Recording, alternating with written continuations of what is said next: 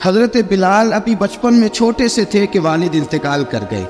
یتیمی میں پرورش پائی جناب بلال نے، یتیمی میں. اور پھر 2 بہنیں، ایک والدہ، ایک بھائی. حضرت بلال حبشی کا یہ خاندان مکے میں بکتا بکاتا کسی طرح عبداللہ بن جدعان کے پاس پہنچ گیا. بڑا پکا کافر تھا، بڑا پکا. ذرا اسلام کی روشنی چمکی نہ تھوڑی سی. حضرت ابوبکر صدیق رضی اللہ تعالیٰ عنہ اس رستے سے گزرتے تھے. اس رستے میں حضرت بلال کام کاج کیا کرتے تھے، بڑی محنت، بڑے جفا کش، بڑے ہمت والے. حضرت صدیق اکبر نے ایک دن روک کے کہا، بلال کب تک تو اتنے خداؤں کو پوجتا رہے گا؟ کب تک تو اتنے خداؤں کو پوجے گا؟ جگہ جگہ ماتھا ٹیکے گا؟ یہ تجھے کبھی غلامی سے آزاد نہیں کریں گے.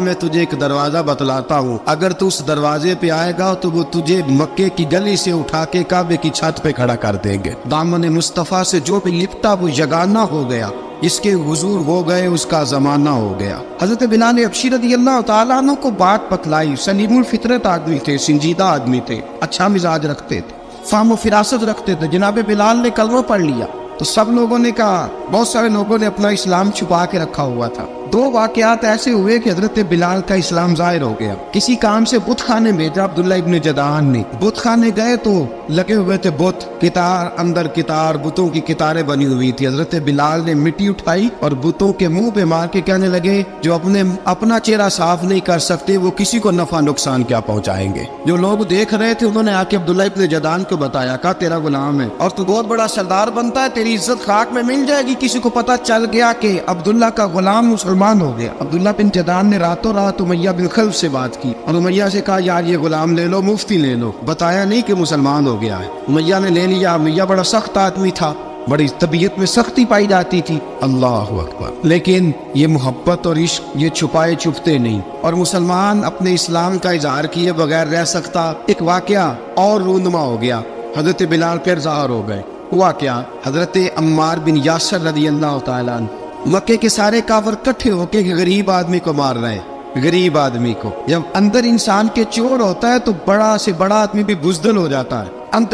جب اندر چور بیٹھ جائے نا تو بڑے سے بڑا آدمی بزدل ہو جاتا ہے، اور جب اندر صفائی ہو تو غریب سے غریب آدمی بھی بہادر ہو جاتا ہے. حق پہ ہونا چاہیے، سچا ہونا چاہیے. حضرت عمار بن یاسر رضی اللہ، ایک غریب آدمی، مکے کے سارے سردار مکے کے چوک میں کٹھے اور ایک دیوار کے ساتھ کھڑا کیا ہوا ہے. حضرت عمار بن یاسر کو کوڑے مار رہے، زور زور سے کوڑے حضرت عمار بن یاسر رضی اللہ تعالیٰ عنہ کے بدن پہ لگتے ہیں. وجود لہو لعان ہے. حضرت عمار بن یاسر کو پتا تھا کہ بلال بھی مسلمان ہو، لیکن ان کا خیال تھا کہ یہ کسی کو بتلائے نہ تو ہی بہتر ہے. امیہ بن خلف آیا، سخت دھوپ تھی، جب کوڑے مار مار کے تھک گیا نا، ابو جہل نے بھی مارا، ابو لہب نے بھی مارا، ابو سفیان نے بھی مارا، ابو البختری نے بھی مارا، اخنس بن شریک نے بھی مارا. امیہ بن خلف کی باری آئی تو تھک گیا نا مار مار کے. اسے پتا تھا کہ بلال بڑا سخت آدمی ہے، جو کام بھی کہو بلال کر دیتا ہے. امیہ نے کہا بلال سے، کہا بلال ادھر آ. حضرت بلال گئے، کہا یہ کوڑا پکڑ اور اس کو مار. جناب بلال نے کوڑے کی طرف دیکھا، پھر حضرت عمار کی طرف دیکھا.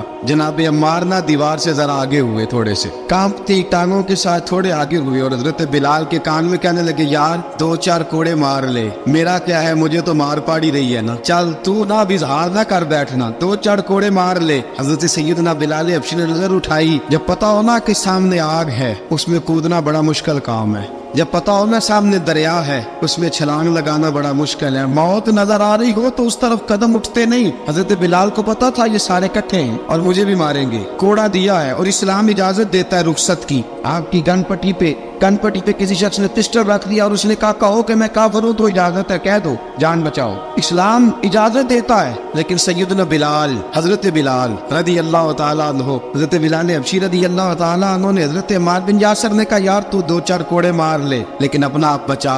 حضرت بلال کہنے لگے، ٹھیک ہے میں 2-4 کوڑے مار لیتا ہوں لیکن اپنا آپ بچا لیتا ہوں. اب جلدی سے امیہ بن خلف چلایا، کہنے لگا تجھے کہا کوڑا مار، پکڑ کوڑا. حضرت بلال نے کوڑا ہاتھ میں لیا، ایک دفعہ امیہ کی طرف دیکھا، پھر ابو جہل کی طرف دیکھا، پھر ابو لہب کی طرف دیکھا، سارے کافروں پہ نظر دوڑائی، اور پھر عمار بن یاسر کی طرف دیکھا. کہا عمار تو مار کھا سکتا ہے تو میں نہیں کھا سکتا. عمار تو تیرے وجود پہ زخم لگ سکتے ہیں تو میرے پہ نہیں لگ سکتے. عمار جس خدا کا تو کلمہ پڑھتا ہے اسی کا میں پڑھتا ہوں، اور جس زلفوں کا تو قیدی ہے میں بھی اسی محمد عربی کی زلفوں کا قیدی ہوں. اب دیکھ ذرا مل کے مار کھانے میں کیا مزہ ہے، ذرا دیکھتے ہیں، ذرا کٹھے ہو کے ظلم سہنے میں کیا لطف آتا ہے. حضرت سیدنا بلال حبشی نے زور زور سے کوڑا گھمایا، اعلان بغاوت ہونے لگا ہے، بلال آنے لگے ہیں میدان عمل میں۔ جناب بلال نے زور زور سے کوڑا گھمایا اور گھما کے دور پھینکا، اور امیہ کی طرف دیکھ کے کہنے لگے یہ عمار اکیلا نہیں، اسے تنہا نہ سمجھنا، یہ اکیلا مار نہیں کھائے گا۔ اشہد ان لا الہ الا اللہ واشہد ان محمدن عبدہ ورسولہ۔ فرمایا تیاری کر کے نکلو، اب عمار اکیلا مار نہیں کھایا کرے گا، جب عمار مار کھائے گا تو اس کے ساتھ حصہ داری کرنے بلال بھی آیا کرے گا۔ حضرت بلال میدان عمل میں، اب کافروں پہ سناٹا چھا گیا۔ بلال تیری جرت، تیری یہ ہمت، تو انکار کرے، تیرا یہ چارہ، تیرے منہ سے یہ لفظ نکلے، ان الذین قالوا ربنا اللہ ثم استقاموا تتنزل علیہم الملائکہ الا تخافوا ولا تحزنوا وابشروا بالجنۃ التی کنتم توعدون۔ رب فرماتے ہیں تم کہو میں نے اللہ کو مان لیا، رب کو مان کر پھر ڈٹ جانا، تمہاری دنیا مدد کرے نہ کرے، اللہ تمہاری مدد کے لیے فرشتوں کا نزول فرما دے گا۔ لوگ مدد کرے نہ کرے، اللہ کے فرشتے تمہاری مدد کریں گے۔ جناب سیدنا بلال نے اعلان کر دیا میں نہیں ماروں گا۔ اب وہ سارے نا، کیونکہ سب سے سخت مشہور تھا نا امیہ، اب سارے دیکھنے لگے امیہ کی طرف۔ امیہ کو اب اسے سمجھ ہی نہیں آ رہی میں کیا کروں۔ بلال نے تو کبھی نہ کی نہیں، جو وہ کہتے تھے کر گزرتا تھا۔ یہ عجیب معاملہ ہے۔ کہنے لگا بلال تجھے پتا ہے تو کیا کر رہا ہے؟ تو یہ جذبات میں آ کے اعلان تو کر دیا، تجھے اس کا پتا ہے؟ جناب بلال حبشی رضی اللہ تعالیٰ عنہ فرمانے لگے مجھے پتا ہے تو مجھے مارے گا، مجھے پتا ہے مجھے سزائیں دے گا، مجھے سارا پتا ہے۔ فرمایا میں نے عقل کے گھوڑے دوڑانے چھوڑ دیے ہیں، بس کلمہ جو پڑھ لیا، جب اعلان جو کر لیا ہے، جب محبت جو کی تو اب اس میں کسی قسم کی مصلحت کی اجازت نہیں۔ اقبال کہتا پختہ ہوتی ہے اگر مصلحت اندیش ہو عقل، عشق ہو مصلحت اندیش تو ہے خام ابھی اور بے خطر کود پڑا آتش نمرود میں عشق، عقل تھی محو تماشائے لبے بام ابھی۔ فرمایا عقل پختہ ہوتی ہے اگر سوچا جائے، عشق کے معاملے میں سوچا جائے تو عشق کمزور ہوتا ہے، وہاں سوچنے سمجھنے کی اجازت ہوتی نہیں۔ سوچنا سمجھنا تھا کلمہ پڑھنے سے پہلے، اب تو پڑھ لیا، اب سوچنے کا نہیں، اب عمل کرنے کا وقت ہے۔ اب جناب بلال پر سختی شروع ہوئی، مارنا شروع ہوئے۔ کس انداز میں مارا؟ لوہے کی سلاخیں پہنا کر عرب کی تپتی ہوئی ریت پہ لٹا دیا۔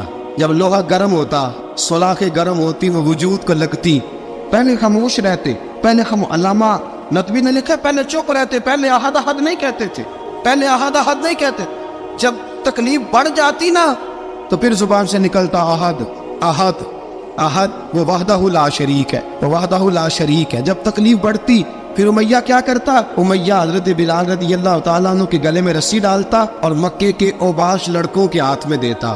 مکے کی گلیوں میں کبھی کسی پاگل کو آپ گزرتے دیکھو نا، لڑکے اسے چھیڑ رہے ہو، آپ کو پتا ہے وہ پاگل ہے، اس نے زیادتی بھی کی ہے، لڑکے چھیڑتے ہو تو بزرگ اور سیاڑے لوگ منع کرتے، کہتے ہیں بدتمیزوں نہ کرو، وہ تو بیچارہ دیوانہ ہے، وہ تو پاگل ہے۔ مکے کی گلیوں میں حضرت بلال جب گلے میں رسی ڈال کے، ذرا دوستوں خیال تو کرو، بٹن کھلا ہو تو ہم بازار میں جانا پسند نہیں کرتے، کپڑے تھوڑے میلے ہو تو گلی میں نکلتے نہیں۔ بلال تو مہذب آدمی یا سنجیدہ آدمی ہے، یہ کیا ہو رہا؟ حضرت بلال کے گلے میں رسی ڈال کے نا، جب مکے کی گلیوں میں وہ نوجوان دوڑایا کرتے تھے، حضرت بلال رضی اللہ تعالیٰ عنہ کے قریب سے گزرتے تو گزرنے والے بھی عجیب بات کرتے، کوئی کہتا ذرا اور کلمہ پڑھ، کوئی کہتا بلا اب اپنے خدا کو تجھے بچائے، کوئی کہتا بلال تجھے کیا ضرورت پڑی تھی یہ سارا کچھ کرنے کی۔ ایک آدمی آیا کہنے لگا بلال اگر تیرا رب سچا ہے، تیرے رسول سچے ہیں، پھر تجھے بچاتے کیوں نہیں؟ جب تو اتنا مخلص مومن ہے اور اتنا تیرے اندر خلوص پایا جاتا ہے تو وہ آتے کیوں نہیں تیرے دفاع کے لیے؟ حضرت بلال حبشی کا جواب بڑا زبردست تھا۔ جناب بلال کہنے لگے میں مخلص تو ہوں، میرا رب قادر بھی ہے، لیکن فرمایا جب تم جاتے ہو نا بازار میں برتن خریدنے، مٹی کا برتن لینا ہو تو ذرا ٹھوک بجا کے چیک کرتے ہو کچا ہے کہ پکا ہے۔ فرمایا رب رسول بھی ذرا ٹھوک بجا رہے ہیں کچا ہے کہ پکا ہے۔ فرمایا میں دعا کرو میں امتحان میں پورا اتروں، دعا کرو میں امتحان میں پورا اتروں، وہ ذرا مجھے ٹھوک بجا کے چیک کر رہے، ٹھوک بجا کے۔ حضرت بلال حبشی مارا ستایا تینوں لب دیا آپ گواچے، سانو اپنی خبر نہ کوئی، ساتھوں پارے ککھ گلیاں دے، سانو آخ دے لوگ شدائی، ننگ نموس دا ساڑ کے چولا، گل پہنے تاج گدائی، آزم اپنا آپ گوایا تا یار نے چاتی پائی۔ حضرت بلال حبشی نے اتنی مار، اتنی تکلیفیں۔ اچھا حضرت صدیق اکبر گزرے، اچھا ایک بات اور لکھی ہے سیرت نگاروں نے، وہ کہتے ہیں کہ